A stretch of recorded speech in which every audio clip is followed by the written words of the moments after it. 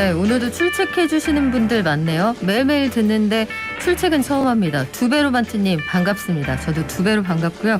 그린백님 오늘 애호박 밭에서 농사 지으면서 출첵한다고. 애호박 이렇게 넝쿨 식물들 이거 농사 짓는 거 어렵습니다. 쪼그려 앉아서 일해야 되거든요. 고추밭 이것도 어렵죠. 그늘이 하나도 없어요. 담배밭도 어렵습니다. 담배밭은 담뱃잎은 제일 아래쪽에 사람 걸어 다니는 데 있는 고개 상품이잖아요. 자, 이 모든 지식은 직접 농사 지어보고 말씀드리는 오늘은 커피 찌꺼기 얘기를 한번 해보려고 하거든요. 커피를 내리고 남는 그 커피의 가루, 커피 찌꺼기 요걸 부르는 이름이 있더라고요. 커피박이라고 한다고 하는데 보통 커피 한 잔 내리는데 15g씩 원두가 필요하다고 합니다. 여기에서 우리가 마실 때 들어가는 양은 전체의 0.2%, 0.3g밖에 안 되고 나머지는 버려지는 건데 요거 처리 비용도 아끼면서 활용도 잘할 수 있는 방법이 있다고 하거든요. 오늘 불타는 경제 신박한 커피박 활용 방안 알아볼게요. 동아일보 박성민 기자 현장에 나왔습니다. 안녕하세요. 네, 안녕하세요. 커피박이라는 이름이 있는 걸 처음 알았어요. 저도 이거 기사를 쓰고 취재를 하면서 처음 접했습니다. 그렇죠. 저만 몰랐던 건 네. 아니죠. 그 여러 가지 의견이 있습니다. 아까 커피밥으로 들으셨나 봐요. 우리 이경통신원이 커피밥이라기보다는 응가 쪽이 아닌가요 하셨는데 그렇죠. 오전 9시 방송에 응가 좋습니다. 오프닝에서도 저희가 말씀을 드렸는데 커피박을 버리는데 또한 비용이 어마어마하게 든다고 들었어요. 네, 일단은 저희가 우리나라가 커피 소비량이 많아지다 보니까 커피 나오는 배출되는 커피박의 양도 상당합니다. 35만 톤이 연간 발생을 하는데요. 물론 이건 추정치입니다. 커피 원두 수입량에서 거기에 이제 수분이 더해지고 또 나중에 탈수를 하게 되면 이 정도가 찌꺼기로 배출될 거다라고 이제 추정을 하는 게 약 35만 톤 가량입니다. 이 1만 톤당 폐기물을 처리할 때 들어가는 비용이 약 10억 원 가량인데요. 이건 그냥 종량제 봉투 저희가 담아서 버리는 것과 그리고 매립하는 비용만 따진 겁니다. 이 연간 발생하는 35만 톤을 모두 재활용하지 못하고 폐기할 때는 연간 350억 원이 들어간다는 얘기겠죠. 버리는 데만. 그렇습니다. 예. 아깝기도 하고 처리 과정에서 이게 그냥 매립을 한다라고 하면 환경에도 영향을 미칠 것 같은데요. 네, 저희가 많이 신경 쓰는 게 이제 탄소 배출 문제인데요. 소각하거나 매립할 때 나오는 탄소와 온실가스도 환경 면에서는 큰 부담이 됩니다. 이 땅에 버려진 커피박은 메테인이라는 온실가스를 뿜어내게 되는데요. 이게 이산화탄소의 약 34배에 육박하는 온실 효과를 일으킨다고 합니다. 또 이 배출하는 이산화탄소는 커피박 1톤당 약 338kg.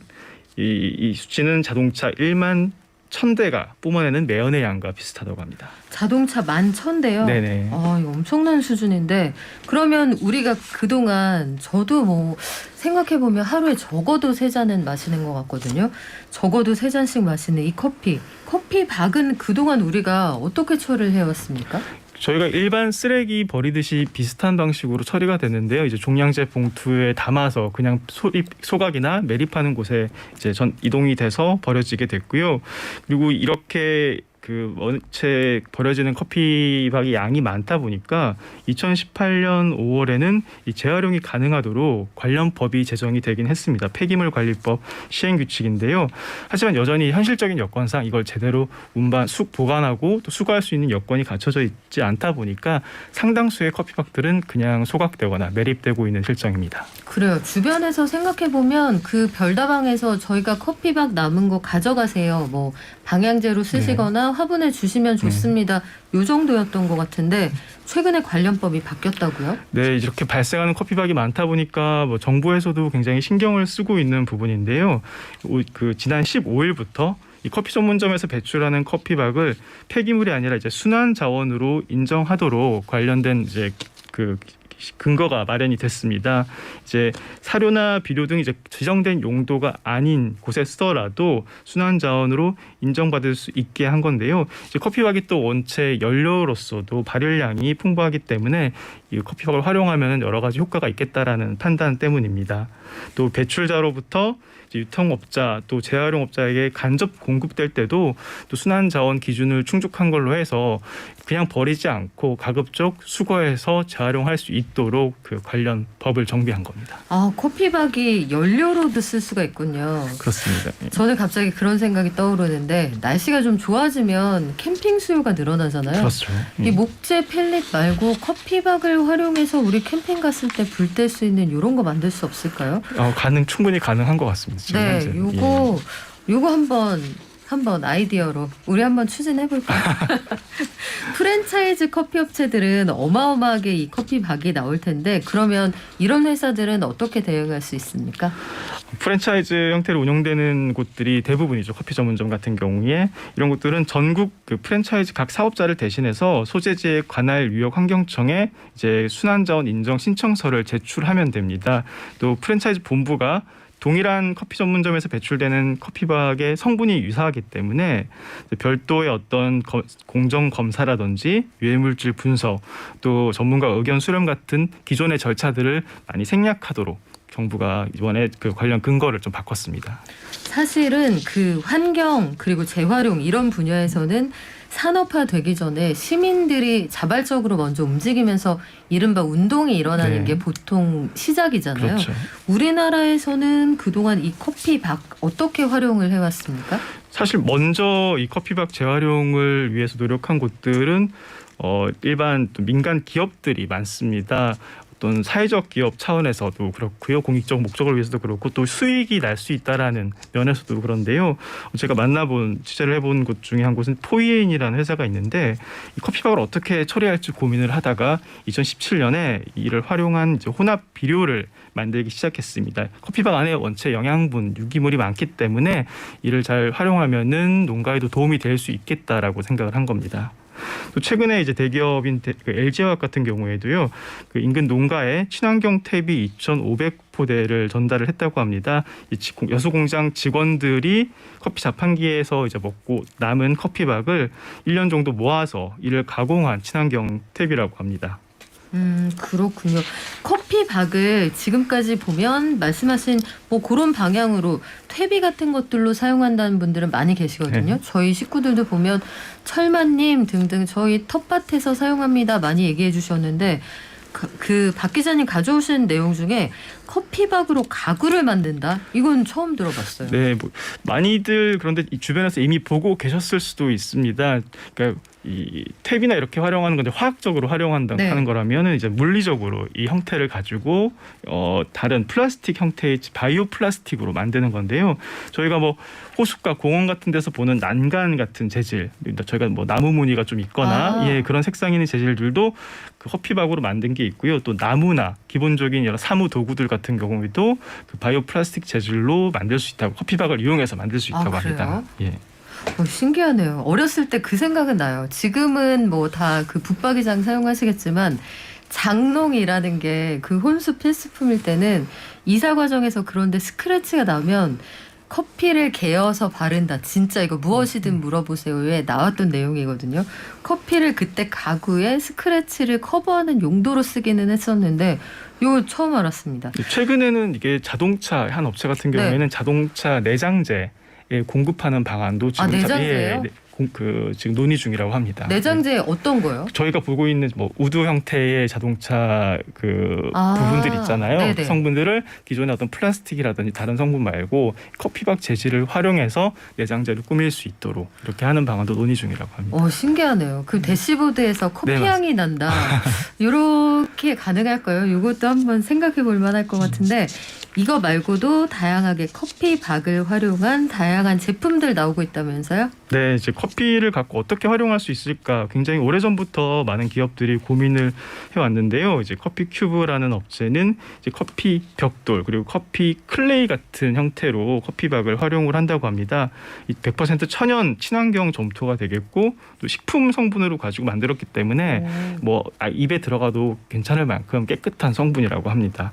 그리고 뭐 연필이라든지 화분 재떨이처럼 가볍게 우리 주변에 놓고 쓸 수 있는 물건들로도 커피박을 활용할 수 있다고 합니다. 그렇군요. 생각보다 쓰임이 다양한데 민간 기업들 움직임과 함께 최근에 지자체도 움직인다고 들었는데 커피박을 가지고 재활용한다. 어떻게 한다는 얘기예요? 일단은 커피박이 그동안 문제가 이제 수거하는 거, 보관하는 것들이 가장 좀 문제였거든요. 그래서 서울시에서는 지난해 12월부터 이제 커피 전문점이 모아놓은 커피박을 자치구별로 수거해서 재활용 업체에 공급하는 시스템을 구축하겠다라고 발표를 했고요. 아마 올해 이제 그 사업이 진행이 될 예정이고요. 환경부랑 그리고 이제 인천시, 경북 경상북도 같은 몇 개의 그 광역지자체에서는 도시에서 커피박이 많이 나오는데 또 쓰임이 있는 곳은 또 농가에서 탭이나 이렇게 많이 쓰일 수 있기 때문에 도심에서 수거를 해서 농가에 전달할 수 있는 방안을 공급하는 협약을 맺고 지금 준비 중이라고 합니다. 이 커피박 자체가 이 방향제 그 효과가 있기 때문에 가축 분뇨의 악취를 약 90% 가량 없앨 수 있는 효과가 있다고 합니다. 엄청나네요. 이게 아마 저희도 그 청취자 중에 목동이 계시거든요. 아마 현장에서 많이 느끼실 텐데 축산업 하시는 분들은 이 악취 또 분뇨 처리 그렇죠. 이런 게 네. 굉장히 골치 아픈 문제거든요. 악취를 90%나 없앤다. 양계장에서도 활용할 수 있지 않을까. 이런 모든 생각이 축산 들어요. 농가에서는 다 활용할 수 있을 것 같습니다. 요거 한번 생각해 볼 만할 것 같은데 그 처리하는 과정에서 이동하는데 비용이 들어가니까 그동안은 아마 생각을 네. 못 하셨을 거예요. 요런 걸 지자체가 커버해주면 도움이 될 것 같네요. 네, 그렇죠. 바이오 에너지 아까 잠깐 말씀을 네. 해주셨어요. 발열량이 높아서 이거 보고 지금 청취자들이 특허 내라고 박성민 기자랑 같이 특허를 내면 된다 막 의견 올려주시는데 실제로 이게 과학적으로는 어때요? 정말 태웠을 때 뭐 킬로그램당 발열량 이런 거 있지 않습니까? 네, 그 그렇습니다. 실제로 나와 있는 그 산식이 있습니다. 예. 아까 그 캠핑도 잠깐 얘기하셨는데요. 이제 나무 껍질, 장작에 비슷한 나무 껍질 같은 경우에 1kg당 발열량이 약 2,828칼로리 가량이라고 합니다. 나무가요? 나무가요. 이 나무 껍질을 태웠을 때. 그런데 커피박은 같은 1kg를 태웠을 때 5,649칼로리. 거의 2배 정도 되는 거죠. 그렇군요.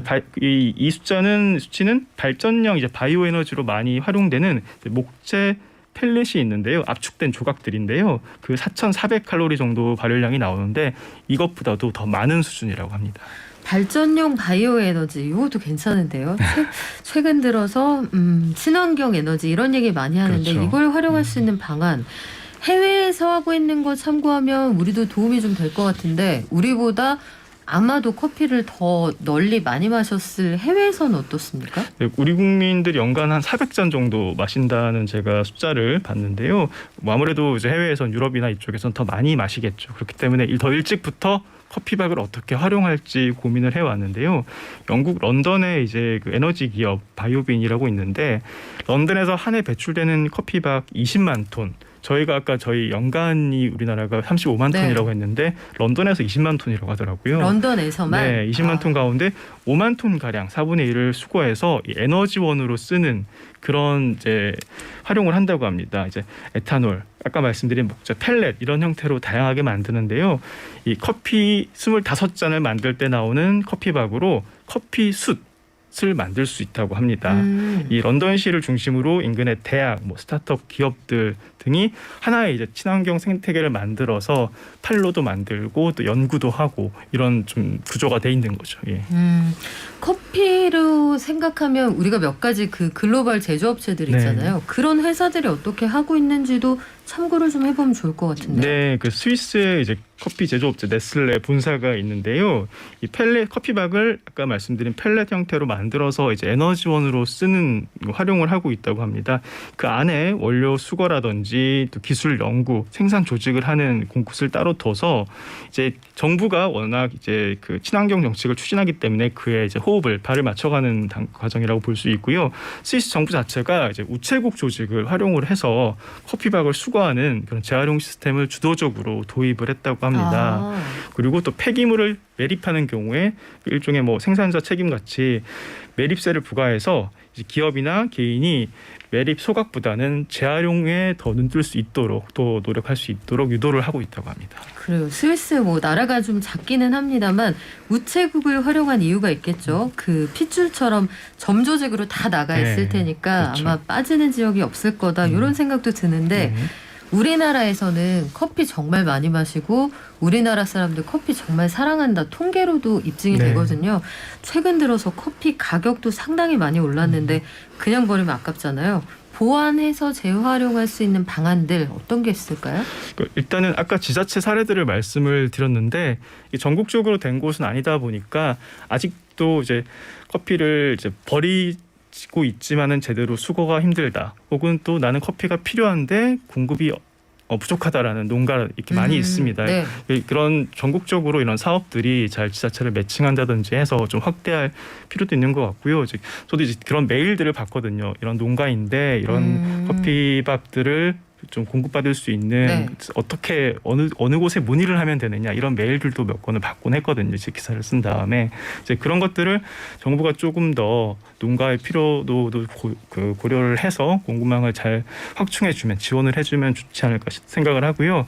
실질적인 또 문제 중에 하나가 커피 찌꺼기를 보관하는 과정에 또 좀 어려움이 있다고 합니다. 아무래도 어떤 점이 그래요? 수분이 들어가 있고 아, 또 이제 그 식물성 물질이다 보니까 쉽게 이제 부패하거나 상할 수 있는 그 성분이기 때문에 오래 보관하고 이거 재활용할 때까지 시간이 걸리기 때문에 그런 어려움이 있어서 일반적인 뭐 프랜차이즈나 커피 찌꺼기가 많이 생산되는 곳에서는 이걸 어떻게 보관할지 그럼 빨리 이걸 또 수거해 가고 그런 그 시스템이 갖춰져야 되는데 그렇지 못하다 보면은 애써 뭐 그 수거한 커피 찌꺼기가 제대로 활용되지 못한다거나 이런 문제가 있기 때문에 그런 그 보관 또 수거하는 시스템들을 좀 더 정비를 해서 이제 버려지는 낭비되는 커피밖에 없도록 좀 보완할 필요는 있을 것 같습니다. 이거 참 좋은 아이디어네요. 보관, 수거, 유통 이 부분을 만약에 예산 혹은 그 지자체에서 좀 도와줄 수 있다고 한다면 아마 가끔 뉴스 보실 때 그런 기사 보실 거예요. 양파가 너무 많이 생산이 되면 밭을 갈아엎는다. 네. 수박이 너무 많이 생산이 되면 수박밭을 트랙터로 갈아엎는다. 이게 도시에서 농사 과정 잘 모르시는 분들은 아까운데 갖다 주면 좋지 않아요? 라고 하는데 수확해서 트럭에 상차해서 어딘가로 유통해서 이걸 내려주는 그 과정 자체가 비용이잖아요. 그렇죠. 이런 부분들을 좀 도와드릴 수 있는 방안을 생각해보면 윈윈할 수도 있겠네요. 그래요. 지금까지 동아일보의 박성민 기자와 함께했습니다. 고맙습니다. 감사합니다.